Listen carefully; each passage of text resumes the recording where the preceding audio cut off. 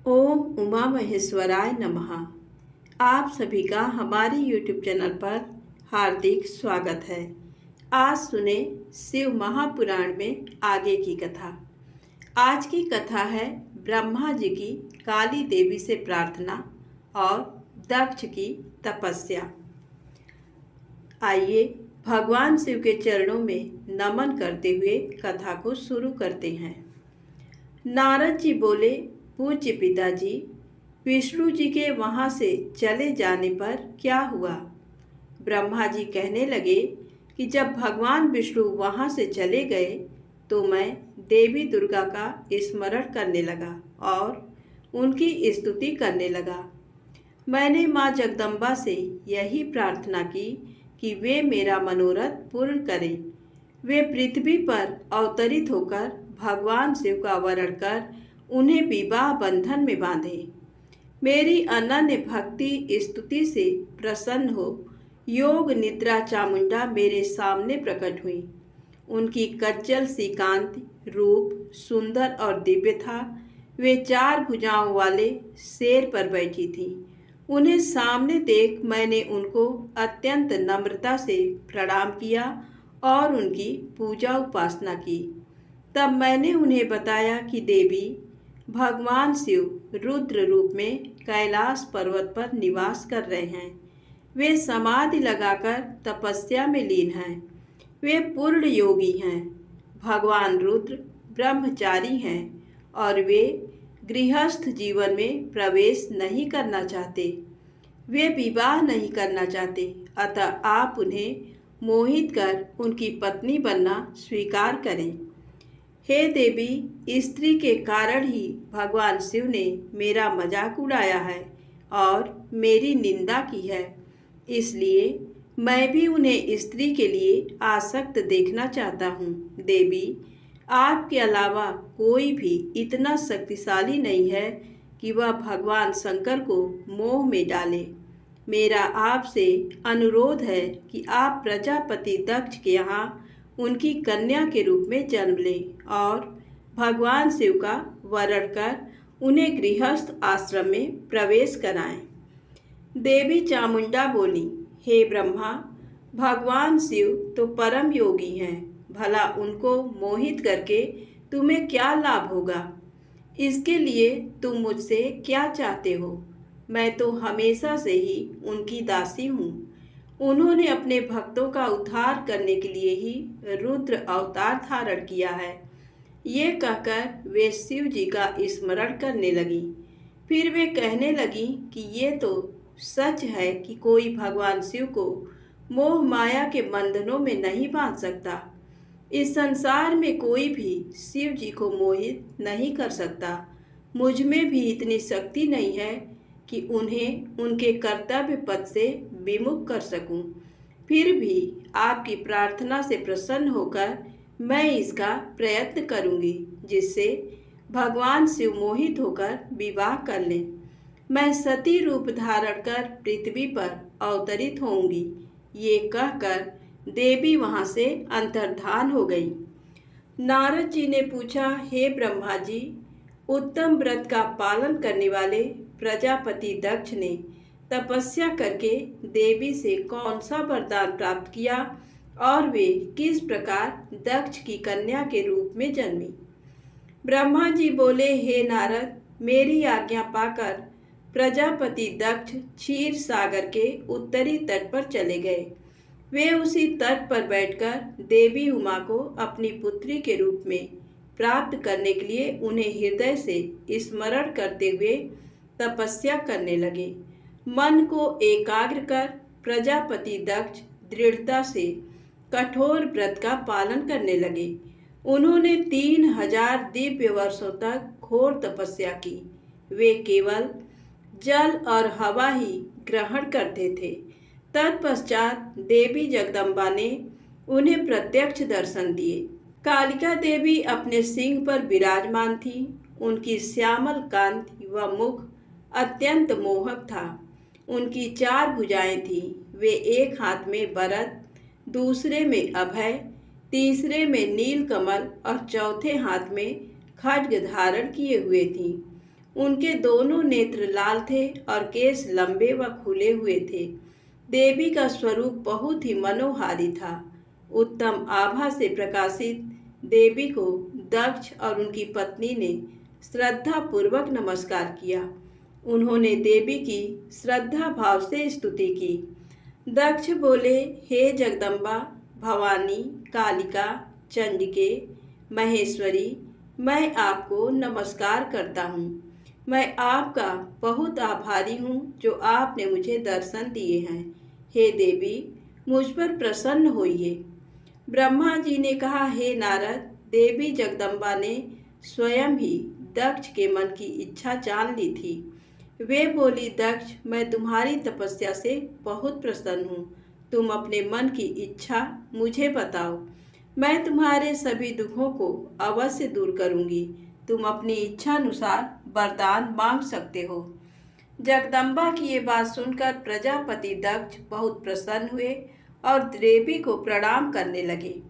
दक्ष बोले, हे देवी, आप धन्य हैं। आप ही प्रसन्न होने पर मनोवांछित फल देने वाली हैं। हे देवी, यदि आप मुझे वर देना चाहती हैं तो मेरी बात ध्यान पूर्वक सुने और मेरी इच्छा पूर्ण करें। हे जगदम्बा, मेरे स्वामी शिव ने रुद्र अवतार धारण किया है, परंतु अब तक आपने कोई अवतार धारण नहीं किया है। आपके सिवा कौन उनकी पत्नी होने योग्य हैं? अतः हे देवी, आप मेरी पुत्री के रूप में धरती पर जन्म लें और भगवान शिव को अपने रूप लावण्य से मोहित करें। हे जगदम्बा, आपके अलावा कोई भी शिव जी को कभी मोहित नहीं कर सकता, इसलिए आप हर मोहिनी अर्थात भगवान को मोहने वाली बनकर संपूर्ण जगत का हित कीजिए। यही मेरे लिए वरदान है। दक्ष का ये वचन सुनकर जगदम्बिका हंसने लगी और मन में भगवान शिव का स्मरण कर बोली, हे प्रजापति दक्ष, तुम्हारी पूजा आराधना से मैं प्रसन्न हूँ। तुम्हारे वर के अनुसार मैं तुम्हारी पुत्री के रूप में जन्म लूँगी। तत्पश्चात बड़ी होकर मैं कठोर तप द्वारा महादेव जी को प्रसन्न कर उन्हें पति रूप में प्राप्त करूँगी। मैं उनकी दासी हूँ। प्रत्येक जन्म में शिव शंभु ही मेरे स्वामी होते हैं। अतः मैं तुम्हारे घर में जन्म लेकर शिवा का अवतार धारण करूँगी। अब तुम घर जाओ, परंतु एक बात हमेशा याद रखना, जिस दिन तुम्हारे मन में मेरा आदर कम हो जाएगा, उसी दिन मैं अपना शरीर त्याग कर अपने स्वरूप में लीन हो जाऊंगी। ये कहकर देवी जगदम्बिका वहाँ से अंतर्ध्यान हो गई। अतः प्रजापति दक्ष सुखी मन से घर लौट आए। ब्रह्मा जी कहते हैं, हे नारद, प्रजापति दक्ष देवी का वरदान पाकर अपने आश्रम में लौट आए। मेरी आज्ञा पाकर प्रजापति दक्ष मानसिक सृष्टि रचना करने लगे, परंतु फिर भी प्रजा की संख्या में वृद्धि होती न देखकर वे बहुत चिंतित हुए और मेरे पास आकर कहने लगे, हे प्रभो, मैंने जितने भी जीवों की रचना की है वे सभी उतने ही रह गए, अर्थात उनमें कोई भी वृद्धि नहीं हो पाई। हे तात, मुझे कृपा कर ऐसा कोई उपाय बताइए जिससे वे जीव अपने आप बढ़ने लगें। ब्रह्मा जी बोले, प्रजापति दक्ष, मेरी बात ध्यान पूर्वक सुनो। तुम त्रिलोकीनाथ भगवान शिव की भक्ति करते हुए ये कार्य संपन्न करो। वे निश्चय ही तुम्हारा कल्याण करेंगे। तुम प्रजापति बीरड़ की परम सुंदरी पुत्री असिकनी से विवाह करो और स्त्री के साथ मैथुन धर्म का आश्रय लेकर प्रजा बढ़ाओ। असिकनी से तुम्हें बहुत सी संतानें प्राप्त होंगी। मेरी आज्ञा के अनुसार दक्ष ने बीरड़ की पुत्री असिकनी से विवाह कर लिया। उनकी पत्नी के गर्भ से उन्हें 10,000 पुत्रों की प्राप्ति हुई। ये हरियश्व नाम से जाने गए। सभी पुत्र धर्म के पथ पर चलने वाले थे। एक दिन अपने पिता दक्ष से उन्हें प्रजा की सृष्टि करने का आदेश मिला। तब इस उद्देश्य से तपस्या करने के लिए वे पश्चिम दिशा में स्थित नारायण सर नामक तीर्थ पर गए। वहाँ सिंधु नदी व समुद्र का संगम हुआ है। उस पवित्र तीर्थ के जल के स्पर्श से उनका मन उज्जवल और ज्ञान से संपन्न हो गया। वे उसी स्थान पर प्रजा की वृद्धि के लिए तप करने लगे। नारद, इस बात को जानने के बाद तुम श्री हरि विष्णु की इच्छा से उनके पास गए और बोले, दक्ष पुत्र हर्यश्वगण, तुम पृथ्वी का अंत देखे बिना सृष्टि की रचना करने के लिए कैसे उद्यत हो गए। ब्रह्मा जी बोले, हर्यश्व बड़े ही बुद्धिमान थे। वे तुम्हारा प्रश्न सुनकर उस पर विचार करने लगे। वे सोचने लगे कि जो उत्तम शास्त्र रूपी पिता के निवृत्ति परक आदेश को नहीं समझता, वह केवल रजोगुण पर विश्वास करने वाला पुरुष सृष्टि निर्माण का कार्य कैसे कर सकता है। इस बात को समझकर वे नारद जी की परिक्रमा करके ऐसे रास्ते पर चले गए जहाँ से वापस लौटना असंभव है। जब प्रजापति दक्ष को ये पता चला कि उनके सभी पुत्र नारद से शिक्षा पाकर मेरी आज्ञा को भूलकर ऐसे स्थान पर चले गए जहाँ से लौटा नहीं जा सकता, तो दक्ष इस बात से बहुत दुखी हुए। वे पुत्रों के वियोग को सह नहीं पा रहे थे। तब मैंने उन्हें बहुत समझाया और उन्हें सांत्वना दी। तब पुनः दक्ष की पत्नी असिकनी के गर्भ से सबलाश्व नामक एक सहस्त्र पुत्र हुए। वे सभी अपने पिता की आज्ञा को पाकर पुनः तपस्या के लिए उसी स्थान पर चले गए जहाँ उनके बड़े भाई गए थे। नारायण सरोवर के जल के स्पर्श से उनके सभी पाप नष्ट हो गए और मन शुद्ध हो गया। वे उसी तट पर प्रणव मंत्र का जाप करते हुए तपस्या करने लगे। तब नारद, तुमने पुनः वही बातें जो उनके भाइयों को कही थी उन्हें भी बता दी और तुम्हारे दिखाए मार्ग के अनुसार वे अपने भाइयों के पद पर चलते ऊर्ध्व गति को प्राप्त हुए। दक्ष को इस बात से बहुत दुख हुआ और वे दुख से बेहोश हो गए। जब प्रजापति दक्ष को ज्ञात हुआ कि ये सब नारद की वजह से हुआ है, तो उन्हें बहुत क्रोध आया।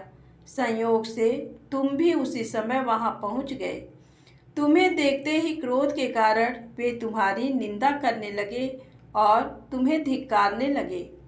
वे बोले, तुमने सिर्फ दिखाने के लिए ऋषियों का रूप धारण कर रखा है।